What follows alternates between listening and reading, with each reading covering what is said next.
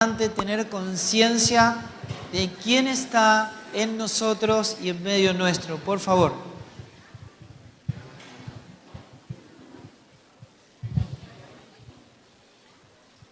Después va a haber tiempo para seguir comprando algunas cositas más.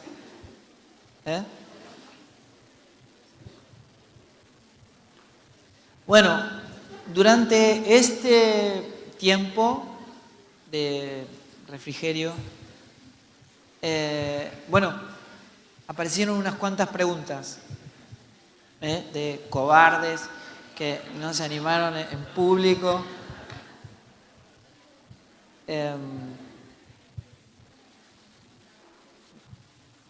Dale.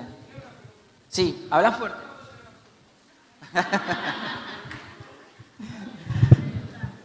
Dale.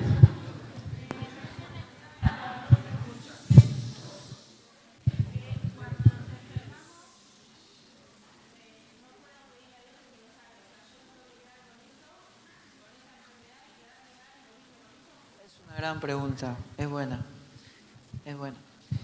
Esto es, ¿vieron cuando, cuántos están casados acá? Bien, ¿y de novio? A ver. No te puedo creer. ¿Dos nada más? Hay algo que hacer. Qué va. Yo conocí a mi esposa en un campamento. ¿Cuántos conocieron a su esposa en un campamento? Mirá. ¿Viste? Bueno.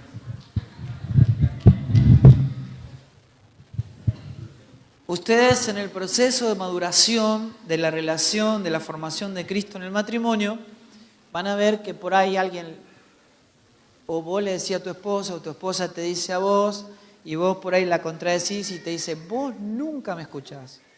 Ese nunca, no es nunca. ¿Cierto? Pero uno tiende a polarizar, ¿verdad? Entonces, cuando Jesús dijo, no se haga nuestra voluntad sino la tuya, no está diciendo, no pidan nada, total, Dios va a hacer lo que quiere. No está diciendo eso. ¿Qué está diciendo? Pidan en mi nombre. Y si lo piden en mi nombre, yo lo voy a hacer. Ahora, ¿qué quiere decir pedir en el nombre de Jesús? No es decir en el nombre de Jesús, amén. No. No es eso. Jesús no hace otra cosa que no sea que la voluntad del Padre. ¿Qué quiere decir? Que si yo pido algo que es la voluntad del Padre, viene con la firma del Hijo. Entonces el Padre ve la firma del Hijo y dice, ya está hecho. ¿Se entiende? Entonces, ¿qué quiere decir? Yo me enfermo y le digo, Señor, si es tu voluntad, sáname. ¿Cuál es el bien supremo? Él mismo, su propia voluntad. O sea que para los que le aman a Dios, los que conforme a su propósito son llamados, ¿cuántas cosas le ayudan a bien? Todas. O sea, ¿qué quiere decir? Si yo pierdo el trabajo, ¿es bueno o malo? ¿Por qué hice malo? Si todo lo que le ocurre a los que aman a Dios, los que conforme a su propósito, ¿sabe qué quiere decir conforme a su propósito son llamados? ¿Qué quiere decir? ¿Cuál es el propósito eterno de Dios? Su propia gloria. ¿Qué quiere decir? Para los que viven para la gloria de Dios porque le aman de todo corazón, apasionadamente, todas las cosas le ayudan a bien. No quiere decir que a todos los evangélicos todo lo que le ocurre es para su propio bien. No es así. Al fin y al cabo va a ocurrir lo que Dios dice, lo que Dios quiere que va a ocurrir. No. No es así. Dios gobierna todo lo que está en el ámbito Cristo. Todo lo que es gobernado por Él, ocurre la voluntad de Dios. Pero lo que le ocurre a este hombre no es la voluntad de Dios. A mí me va a ocurrir el bien si yo estoy gobernado por la voluntad de Dios. si hay reino en mi vida. Miren, supongan que esta calle que está acá está toda rota, llena de pozos, pasan los autos, se rompen y ustedes levantan el teléfono para reclamarle al presidente de Noruega. Es decir, ¿qué tiene que ver el presidente de Noruega? ¿No? En todo caso, ¿a quién le reclamarían? Bueno, al intendente de Trenquelauquen, ¿o no? Quiere decir que si Dios no tiene jurisdicción, no tiene gobierno sobre tu vida, no es el responsable de los agujeros y de los baches que hay en tu vida. No siempre ocurre lo que Dios quiere en nuestra vida, al fin y al cabo, como dicen muchos. A menos que yo sea gobernado por la voluntad de Dios. Y yo pido conforme a la voluntad de Dios, todo lo que pidas, pedilo, conforme a la voluntad de Dios. Eso dice la palabra, ¿cierto? Eso viene firmado por el Hijo. Y es un hecho. ¿Está bien? Entonces, si pierdo el trabajo, ¿es bueno o malo? Depende. ¿De qué depende? Si Dios gobierna mi vida. Si me enfermo, ¿es bueno o malo? Depende. Si Dios gobierna mi vida, me ocurre el bien. ¿Está bien? Y no es porque me van a dar un trabajo mejor. No, no, no. El bien supremo es Cristo. Porque el único propósito de Dios es que Cristo sea formado en mi vida. Y si, miren, el apóstol Pablo, Dios le envía un mensajero de Satanás para bofetearlo. El apóstol Pablo se lo pide 3 veces. Y el Señor le dice, no, no te conviene, esto es para tu bien. ¿Esta enfermedad es para mi bien? Sí, es para tu bien. Y se lo manda. Mire, Pablo estaba a 1 metro de encontrarse con el Señor, porque ya iba a ser decapitado. Y Dios estaba tratando con el orgullo de Pablo. Es para que no te enaltezcas por la grandeza de las revelaciones. Le estaba diciendo a Pablo. Estaba tratando con su orgullo. Esto es para tu bien. Hay enfermedades, hay situaciones adversas, hay circunstancias como persecuciones, azotes, y Pablo dice eso para que vos te compares con lo que a él le pasó más o menos, ¿no? Y dicen, esto es un privilegio. ¿Sí? Entonces, yo no entro en conflicto con la voluntad de Dios a menos que la ame, digamos, ¿entiendes? Si yo amo la voluntad de Dios, todo lo que me ocurre se convierte en esta realidad dominante que es estar en Cristo, que es dar gracias en todo. Estar siempre gozosos. Porque el gozo no depende de que me vaya bien o esté sano. Mi gozo es Cristo. ¿Respondí? A ver. Oramos. Decir, Señor, tengo esta enfermedad. Quiero ser sana. Pero no sea mi voluntad sino la tuya, porque vos sos mi tesoro. O sea, yo no necesitas sanarme para demostrar que me amás. Yo sé que me amás y que querés el bien para mí. Así que quiero ser sana, pero no se haga mi voluntad sino la tuya. Así oraba Jesús, así oran todos los que tienen la mente de Cristo, la mente apostólica, ¿no es cierto? Que tiene el fundamento, que es la roca, que es Cristo, en donde se sustenta todo el edificio que es la iglesia. Amén. Estamos consagrados no al servicio, no a la actividad, no al ministerio, no a la iglesia, sino a la voluntad de Dios. ¿Amén? ¿Ahora sí? Bien. Bueno, sí.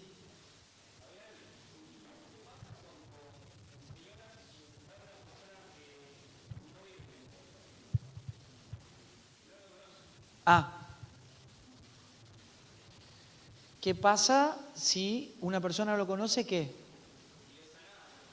Ah, bueno, Jesús, por ejemplo.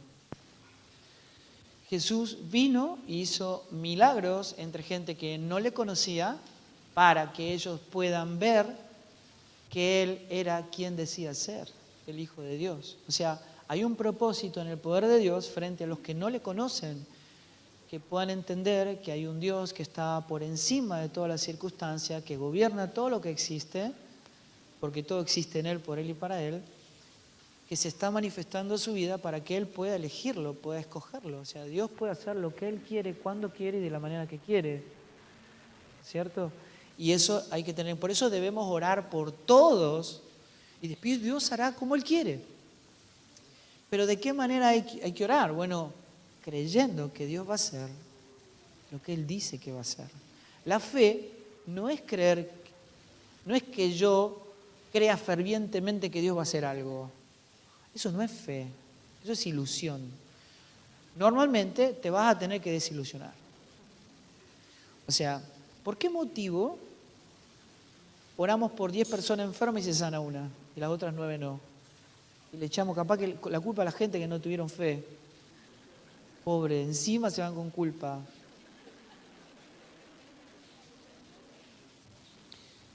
En Jesús llega al estanque de Betesda, había una multitud de enfermos. Y él ve uno, que hacía 38 años que estaba ahí esperando ser sano.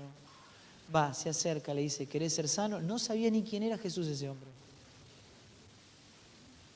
Y lo sana.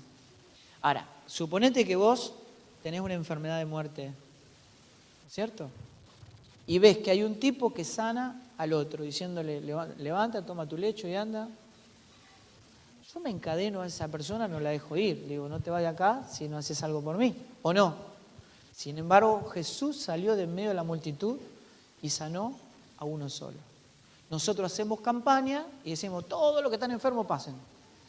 Pero el propósito de Dios es dar a conocer a Cristo. Y la palabra dice, es preferible que te vayas ciego, sordo, mudo, sin una pierna, sin un ojo, sin un brazo, al cielo y no sano al infierno. El propósito del Evangelio es de carácter eterno. La gente se pierde en una eternidad sin retorno. Cristo vino a resucitar muertos. El Evangelio no opera en un hospital. ¿Vieron cuando se habla, por ejemplo, no me quiero desviar mucho, pero se habla, por ejemplo, de la caída del hombre en pecado? Es una expresión que no está en la Biblia, porque el hombre no cayó en pecado. El hombre murió a causa del pecado y no es lo mismo. Ustedes díganme si es lo mismo que alguien venga y te diga, tu mamá se cayó, a tu mamá se murió. No es lo mismo. Bueno, o sea que el hombre no es alguien caído, es alguien muerto. El Evangelio no opera en un hospital acomodándole los huesos a gente que se cayó, sino que el Evangelio opera en un cementerio resucitando gente muerta.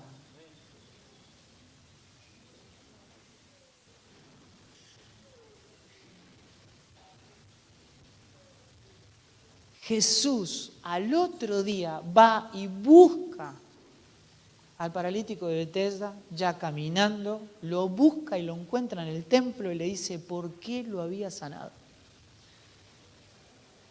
Le dice, te sané para que vivas para la gloria de Dios, anda y no peques más. Te sané para salvación, no peques más para que no te sobrevenga un mal peor. ¿Cuál es ese mal peor? La muerte.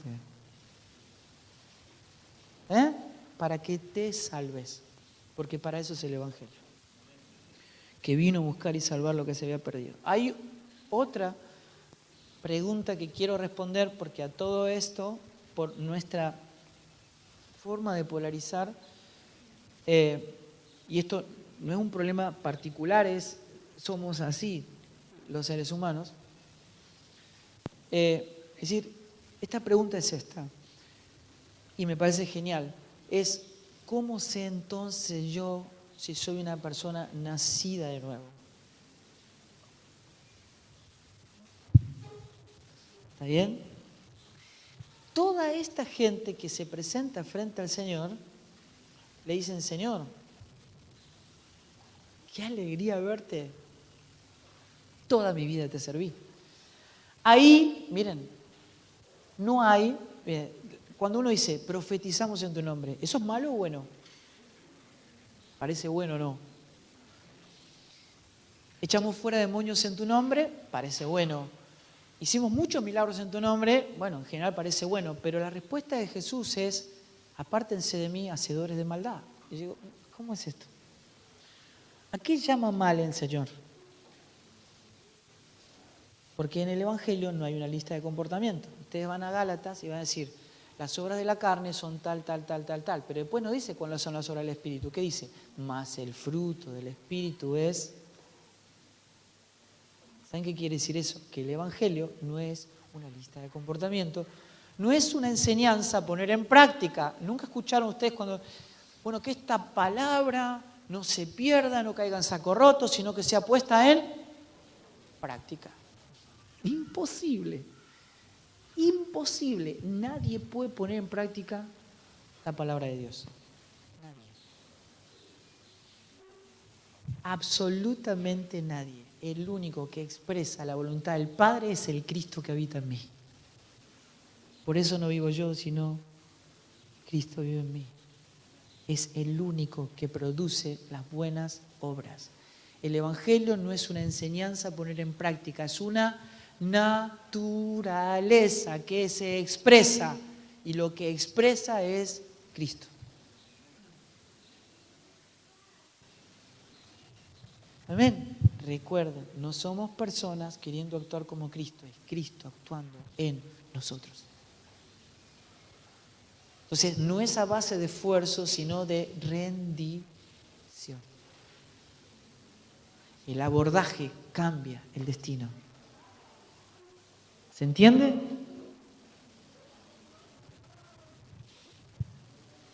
Toda esta gente le sirvió durante toda su vida. Mire, yo estaba dando este mensaje, esto de Mateo 7, y había un hombre que cuando yo termino de hablar viene y se sienta adelante y me dice, Fai, quiero hablar con vos, necesito hablar con vos.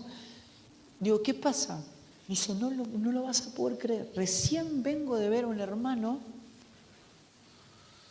que me estaba contando su testimonio, que él estuvo internado, enfermo y que murió. Me estaba contando que los médicos hicieron un trabajo de RCP, de resucitación, y lo pudieron traer a la vida. Dice, pero cuando él murió, dice, lo vi al Señor. Y cuando lo vi, salí corriendo a postrarme a sus pies. Y cuando me postré a sus pies, le dije, Señor, cuánto anhelaba verte. Dice, y en ese momento el Señor me miró y me dijo, pero yo no sé quién sos. Dijo, Señor, pero yo te serví durante 30 años de mi vida. Y él le dijo, pero nunca te conocí.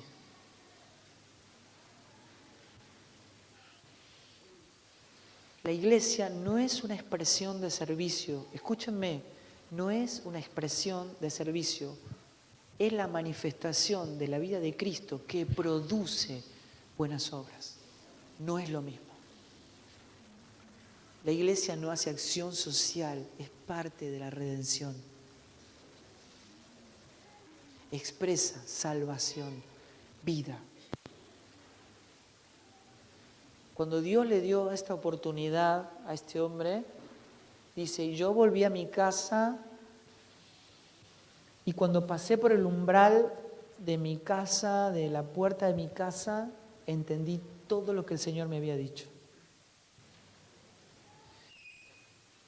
Me di cuenta que en lo que veíamos por televisión, en nuestras conversaciones, en la música que escuchábamos, había una mistura, una mezcla entre lo mundano y lo sagrado, lo profano y lo divino. Me di cuenta que estaba enamorado de la iglesia, del ministerio, del servicio, pero no había perdido todo para ir en pos de Jesús. Dios no tenía mi vida por completo. Solo dependía de Dios en lo que yo no podía manejar. Pero Dios estaba a mi servicio en vez de yo estar al servicio de Dios. Él no era mi tesoro.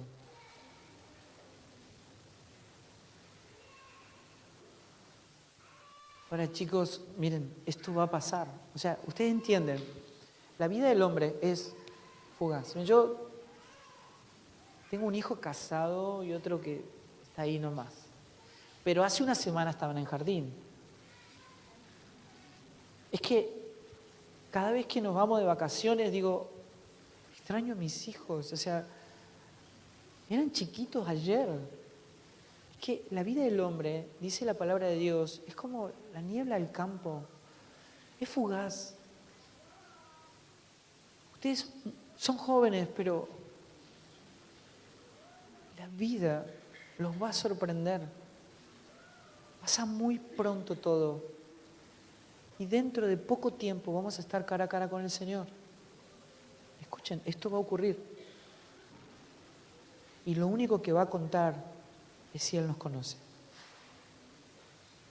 El Evangelio es de carácter urgente.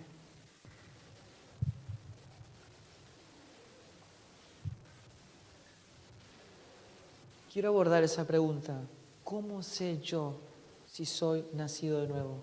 Si porto la naturaleza de Cristo. ¿Amén?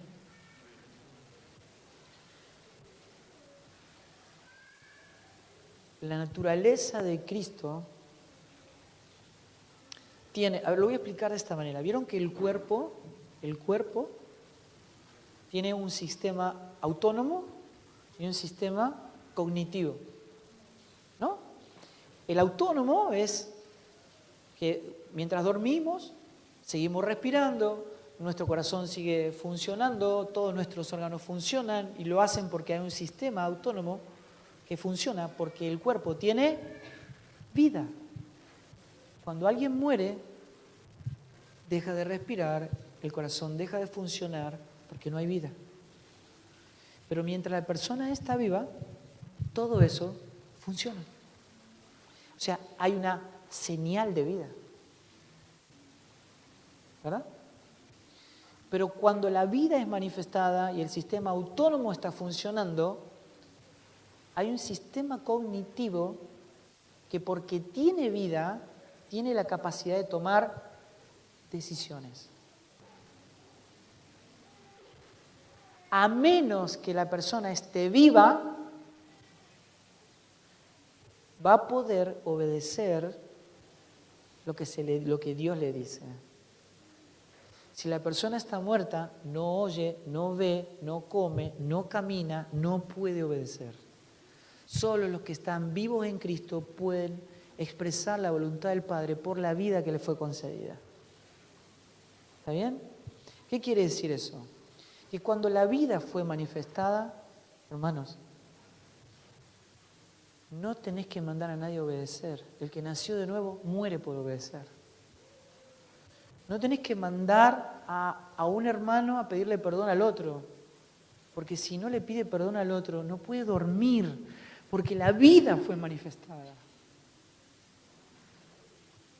Cuando alguien puede vivir y puede dormir sin perdonar, es porque Cristo no ha sido manifestado en su vida. Hay una señal de vida que se expresa. Eso se llama fruto. Cuando hay vida, hay una expresión. Se ve Cristo. Expresa Cristo. ¿Está bien? ¿Qué quiere decir? Cambia por completo nuestra relación con el pecado. ¿Qué quiere decir? Que el Hijo de Dios puede pecar. Pero aquel que está en Cristo, cuando peca, ¿qué pasa? Le duele, se angustia, llora y se aparta del pecado. Porque hay algo, hay una naturaleza que está en guerra con el pecado. Que lo rechaza como un cuerpo extraño, no lo quiere. Cuando ves a alguien que todavía anhela el pecado y que está ahí coqueteando con el pecado, es porque la vida todavía no ha sido manifestada. ¿Qué tengo que hacer entonces? Comer del pan de vida, ir a Cristo. No es tarde, es hoy. El día de salvación es hoy. Pero créanme, si el árbol es bueno, ¿qué pasa? Da fruto bueno. Si hay Cristo, hay fruto. Hay fruto. ¿Y cuál es ese fruto? Amor, gozo, paz, paciencia, benignidad, bondad, fe, mansedumbre, templanza. Amamos a los que no lo merecen. Bendecimos a los que nos roban, a los que nos persiguen, a los que nos tratan injustamente. Ningún hombre puede hacer eso.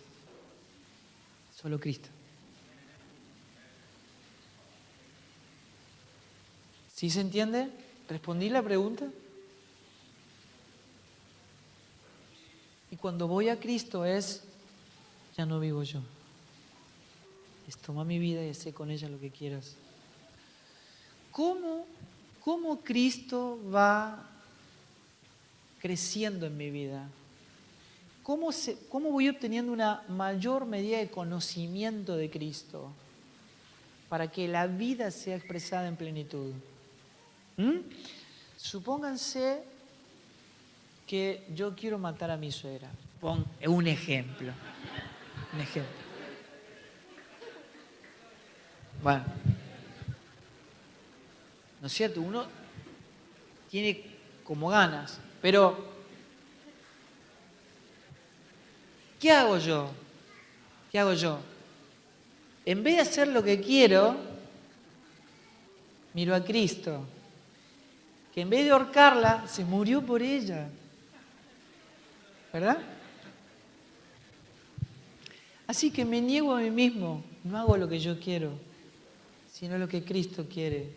Y en vez de enojarme, la amo y doy mi vida por ella. Cuando ella me ve, me dice, este chico cada vez está más parecido a Cristo. Y mi carne está en el altar del sacrificio, está en la cruz. Ya no hago lo que yo quiero, sino lo que Cristo quiere. Y mi carne sacrificada se va debilitando y va muriendo para que la vida de Él sea manifestada. Al principio cuesta un montón, pero cuanto menos carne hay, más del Espíritu hay, cada vez me cuesta menos morir para que Cristo sea manifestado. Pablo dice, llevo la muerte de Cristo a todos lados para que la vida de Cristo sea manifestada.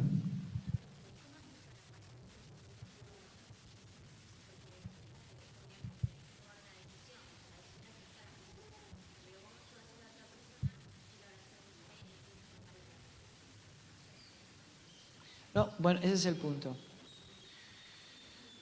Ella está diciendo cómo tomar una decisión por Cristo, digamos, insisto en algo que parece menor, pero que es importante para nosotros. Nosotros no aceptamos a Dios, Él nos acepta si estamos en el Hijo. Eso es bien importante. Nosotros vamos a Él en un quebranto, o sea, sabiendo que no lo merecemos, ¿cierto? Y es Dios quien tiene misericordia de nosotros. Cuando yo voy, lo que hago es entregar el gobierno de mi vida.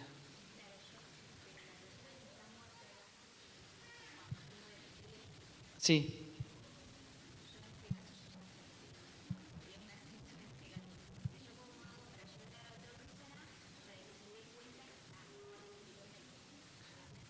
Ese es un punto fundamental. Bien, voy a explicar esto. Hay tres maneras en que Dios se manifiesta. Uno es, el Espíritu Santo es en, con y sobre. Jesús dijo, en donde hay 2 o 3 reunidos, yo estoy ahí en medio de ellos. Es un concepto en que Jesús está con nosotros, en medio nuestro, y a la vez está en nosotros, ¿verdad? Lo que nos devuelve al Padre es la condición de estar en Él y Él en nosotros. Eso es fundamental. Pero Dios está con el hombre destituido, con el mundo, ¿para qué? Para convencer de pecado, de juicio y de justicia. El Espíritu Santo está obrando en los no conversos, ¿no es cierto?, en los perdidos, por el poder de su Espíritu para convencerlo de pecado, juicio y justicia. Cuando ese obrar del Espíritu está obrando, lo hace de muchas maneras. Por ejemplo, por el Cristo que habita en vos, por el Espíritu que habita en vos, el Espíritu Santo, ¿no es cierto? Cuando vos expresas a Cristo, el Espíritu Santo que está en tu vida está obrando en la persona no conversa para convencerlo de pecado, de juicio y de justicia. ¿Está bien? Te estoy diciendo tal cual como dice la palabra para que lo reconozcas. Y lo que la persona no puede recibir entendimiento de lo que está escuchando, pero puede entender que desesperadamente necesita un Salvador. Y si va a Cristo, el Espíritu le revela todo. Es absolutamente. Por eso digo, la predicación del Evangelio no es un evento, no es cuando hablamos de Cristo. El Hijo de Dios es alguien, es un ser especial, divino. Pablo dice, no hablen como si vivieran en este mundo. ¿Sabes qué está diciendo? O sea, el mundo no es nuestro hogar, nuestra ciudadanía está en los cielos. Ustedes no son del mundo. A veces decimos, bueno, no somos de este mundo, pero vivimos en el mundo. No. Nosotros somos extranjeros, peregrinos, embajadores. Nuestra ciudadanía está en los cielos. La iglesia es espiritual, no es natural. Habita en un ámbito espiritual y está como extranjeros dando a conocer lo eterno al mundo temporal. Entonces, cuando somos personas, seres especiales, espirituales, que damos a conocer a Cristo las 24 horas del día, donde comemos, donde jugamos, donde estudiamos, donde hagamos lo que hagamos. No es un evento la predicación del Evangelio. El Evangelio es una persona, es Cristo. Dar a conocer a Cristo en todos los aspectos de mi vida, ¿no es cierto? Que nuestra vida se convierta en un culto racional. Nunca escuché a una persona que dijeron, estoy orando para dejar de trabajar para poder servir más al Señor. Bueno, eso es un absurdo, eso es porque no se le ha revelado este misterio, que es Cristo en nosotros, porque lo que dice la palabra, todo lo que hagas, hacelo para la gloria de Dios. Trabajar, estudiar, lo que sea. Todo lo que hagamos tiene que ser un culto racional, dar a conocer a Cristo. El evangelismo es la sustancia del Hijo de Dios, no un evento. Vamos a evangelizar, no es así. ¿Se entiende? Como la adoración. Es decir, vamos a adorar. No, la adoración es un estado, es un pueblo de adoradores. Adorar es obediencia, no es cantar. Eso es fundamental entenderlo.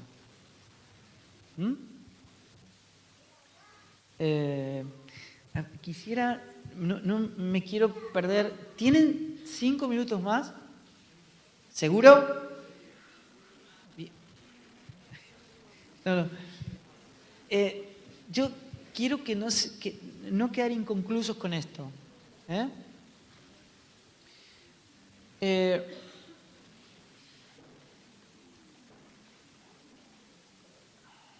Aguante.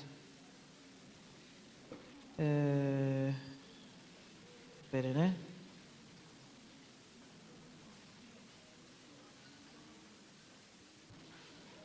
Ahí estamos.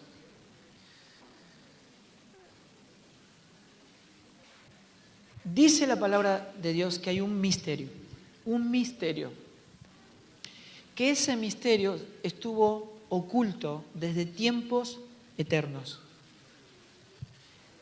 Estuvo oculto desde los siglos y las edades, pero que ahora solamente se le puede revelar a los santos, a los que tienen la mente de Cristo, a los que portan la naturaleza divina. El Espíritu Santo solo puede revelar este misterio. Este misterio, dice el apóstol Pablo, es Cristo en nosotros, esperanza de gloria. Escuchen.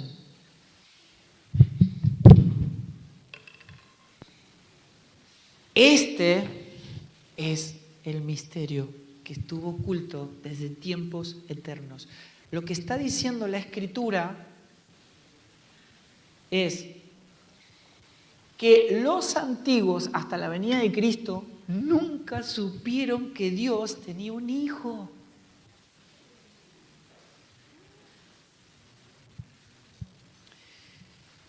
Cuando Jesús vino y se presenta como el Hijo de Dios, el pueblo de Israel, los fariseos, los escribas, no tenían la más pálida idea que Dios tenía un hijo. Nunca Dios había revelado el motivo por el cual había creado todas las cosas hasta que vino Cristo. Y después Jesús dijo, es necesario que yo me vaya y que venga un consolador. Y dijeron, que ya no son dos, ahora son tres. Es porque todo se estaba revelando en un estado que nos devolvía al estado original, que es estar nuevamente en el estado en el que fuimos creados, en Dios. Amén. Pero este misterio no está en la superficie, solamente lo revela el Espíritu Santo. ¿Está bien? Y la mente de Cristo es una dinámica. Lo voy a explicar de esta manera. Lo pongo así. ¿Qué es una dinámica de conocimiento? Por ejemplo, el colegio. Primero va primero, después a segundo, después a tercero, ¿no es cierto? Es una dinámica donde voy adquiriendo conocimiento. Si vos le hablás al de primer grado lo que le hablás a los de séptimo grado, ¿qué va a pasar? No van a entender. Es lo que Pablo le decía a los hermanos de Corintios. Le decían, tengo para hablarles del misterio revelado, porque Pablo se expresaba a sí mismo como el apóstol que había sido enviado para revelar el misterio de su voluntad, que es Cristo en nosotros.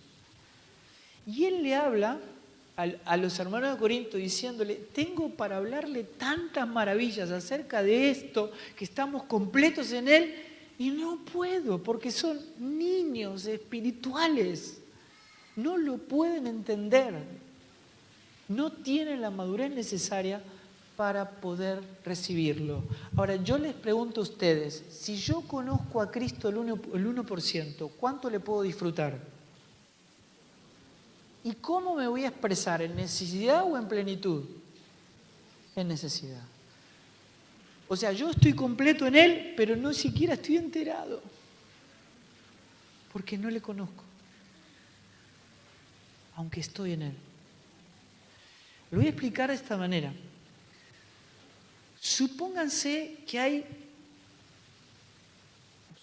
un lugar como este, así, enorme, y donde está todo, absolutamente todo, lo concedido por Dios, todo lo que yo necesito para mi plenitud está acá. Pero todo esto está a oscuras. O sea, está, pero no lo veo. Entonces, ayer lo leímos, que hemos recibido el Espíritu para la iluminación, ¿de qué? Del conocimiento. ¿De qué? De la gloria de Dios. ¿En quién? En la persona de Cristo. Cuando la luz de Cristo entra, ¿qué me permite ver? Lo que hay dentro de la casa, lo que hay en Cristo.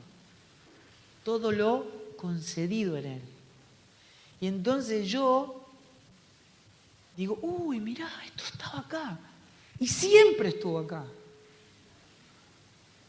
Y yo se lo pedí a Dios.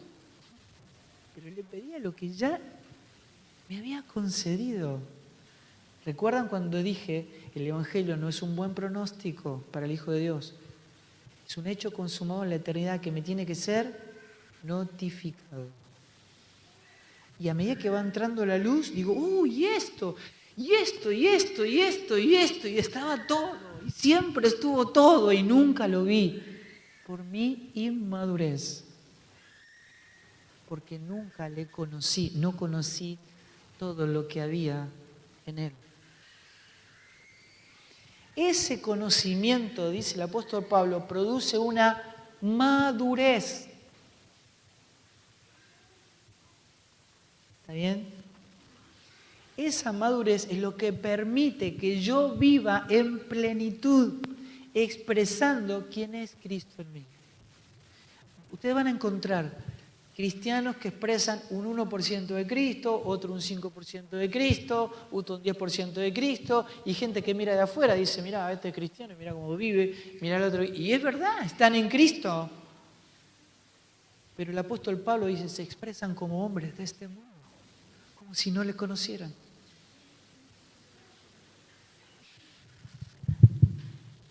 Y Pablo le habla a los Gálatas en el capítulo 4 y le dicen, fui a hablarle del misterio de su voluntad.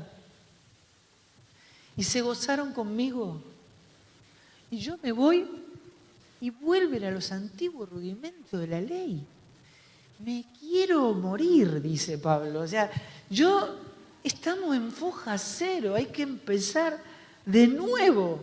Y dice algo, Pablo, que me encanta, porque él dice, quisiera estar entre ustedes y cambiar mi vocabulario, porque estoy perplejo en cuanto a vosotros.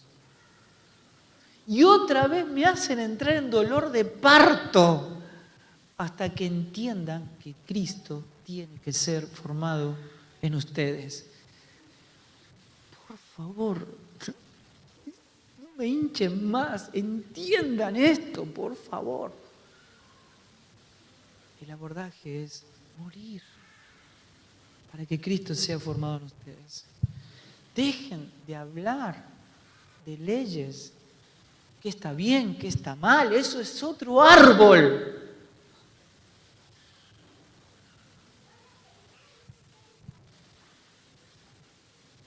Así que, miren, si nosotros no entendemos esto, nos vamos a pasar toda la vida esperando un colectivo que ya pasó. ¿Me entienden? Por ejemplo, alguna vez, ¿alguno de ustedes le dijo, Señor, ayúdame? Digan, sean honestos, sean honestos. Bien. ¿Saben por qué dicen eso? Porque no se les reveló el misterio. ¿Alguna vez dijeron, Señor, dame fuerzas? Sean honestos o no. ¿Por qué lo dicen? Porque no, ¿qué? Díganlo. Reveló el misterio.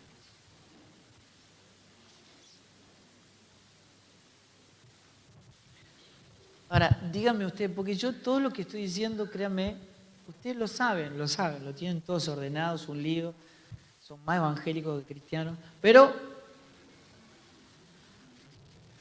que es mi caso también, estoy en una desconstrucción permanente, créanme.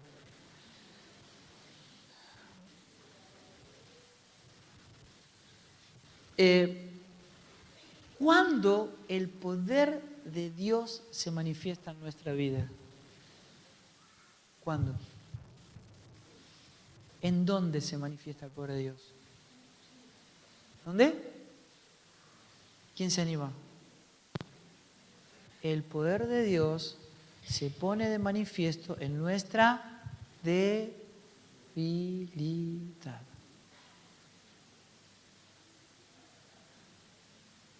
Entonces, ¿qué hace el Espíritu Santo? ¿Me da fuerza o me debilita?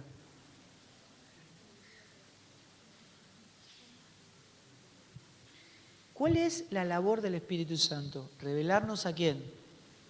A Cristo. ¿Está bien? Y para que Cristo sea revelado en mi vida, ¿dónde tengo que estar yo? Crucificado. Para que no haya Fabián, sino que haya Cristo. ¿Y la cruz qué me hace? ¿Me fortalece o me debilita? Si Dios me da fuerza a mí, lo voy a hacer yo. Pero el poder de Dios se manifiesta cuando yo soy débil. Se manifiesta y se perfecciona en nuestra debilidad. Cuando soy débil, entonces el poder de Dios se manifiesta. ¿Por qué le pido que me dé fuerza? Yo lo que quiero es que el Cristo que habita en mí, que es el Todopoderoso, se manifieste en mi vida, pero no sea yo, sea Él quien hace la obra y no yo. Porque si la hago yo es una obra humana, pero si la hace Él es una obra divina. ¿Usted cree que yo hago cosas para Dios y Dios me ayuda o es Él el que hace la obra?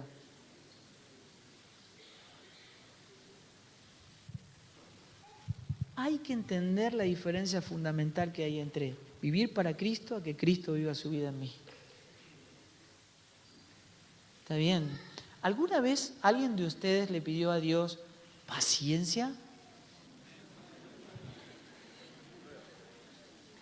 Todos los que estamos en Cristo,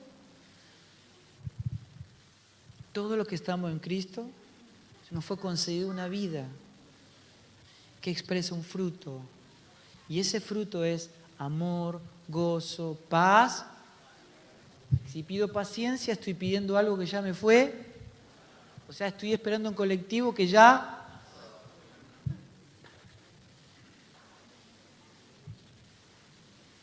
¿Por qué pido paciencia? Porque no se me reveló que el Cristo que habita en mí. Cristo en nosotros.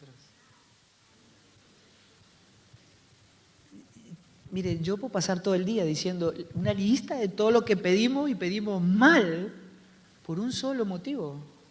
No se nos reveló el misterio, que es Cristo en nosotros. Esa es nuestra esperanza de gloria.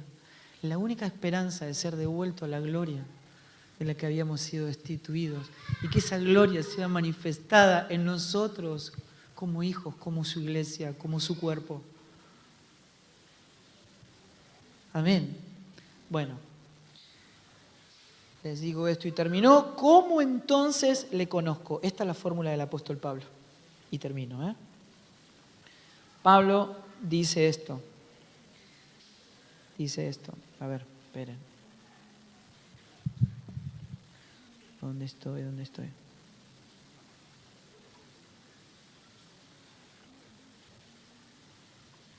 Ustedes saben que cuando Pablo dice, y vosotros estáis completos en Él, que es la cabeza de todo principado y potestad, y dice, revístanse del nuevo hombre, cual conforme a la imagen del que lo creó se va renovando hasta el conocimiento pleno. Y entonces ya en el cuerpo de Cristo no hay judío, ni griego, ni bárbaro, ni escita, ni circuncisión, ni Juan, ni Pedro, ni abogado, ni médico, no hay nada, porque Cristo en Él es el todo y en todos. O sea, Dios no levanta judío ni griego, sino levanta a Cristo, porque Él es el todo y en todos. ¿No es cierto? No hay varón ni mujer.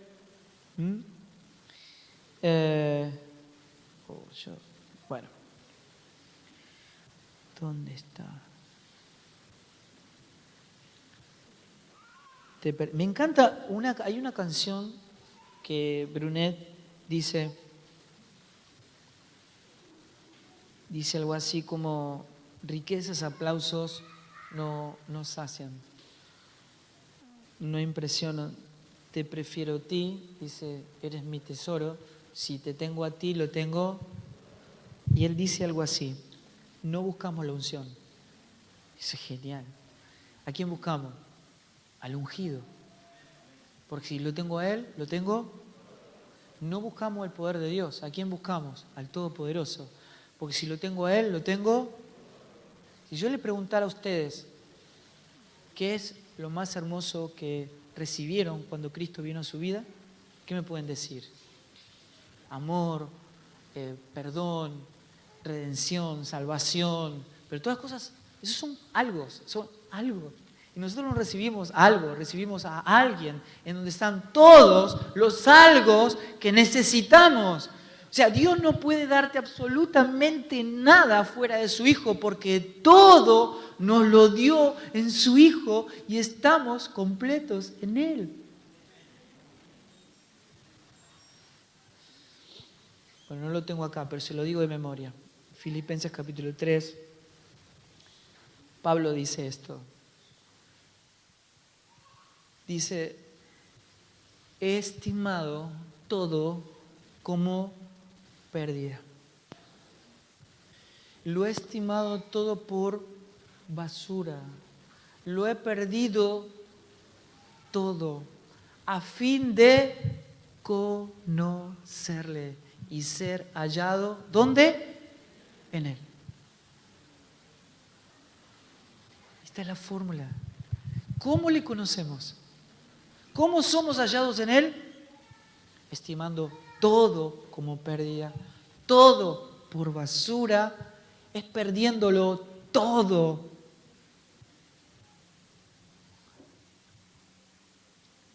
Por hallar a Cristo, por conocerle y ser hallado en Él. Chicos, hermanos, esta es la única puerta. Hoy Cristian habló de la puerta angosta. Saben que en el original el concepto de la puerta estrecha no es una puerta que entramos todo así, que no. Lo que se está refiriendo a angosto es el enfoque. Es un solo enfoque. Es solo Cristo.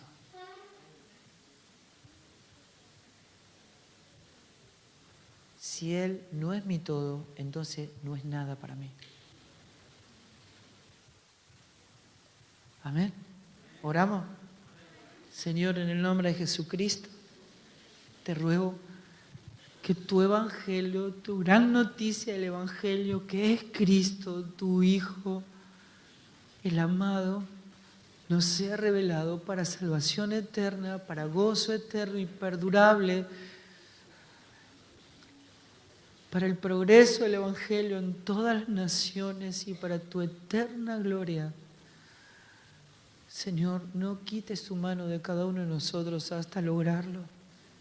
Que no pase de nosotros, Señor, que nadie en este lugar se pierda.